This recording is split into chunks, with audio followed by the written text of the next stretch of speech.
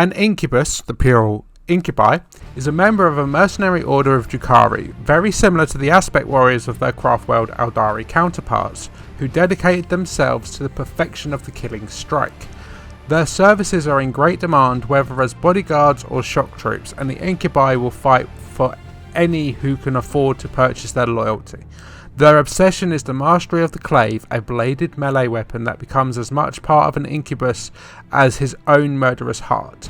In battle, the Incubi wield these weapons with lethal precision, their every swing severing limbs and shattering blades with contemptuous ease.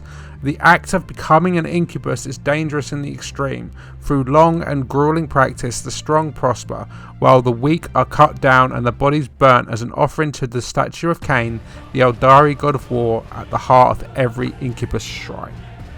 Come build, collect and play. Check out your local Warhammer store for more.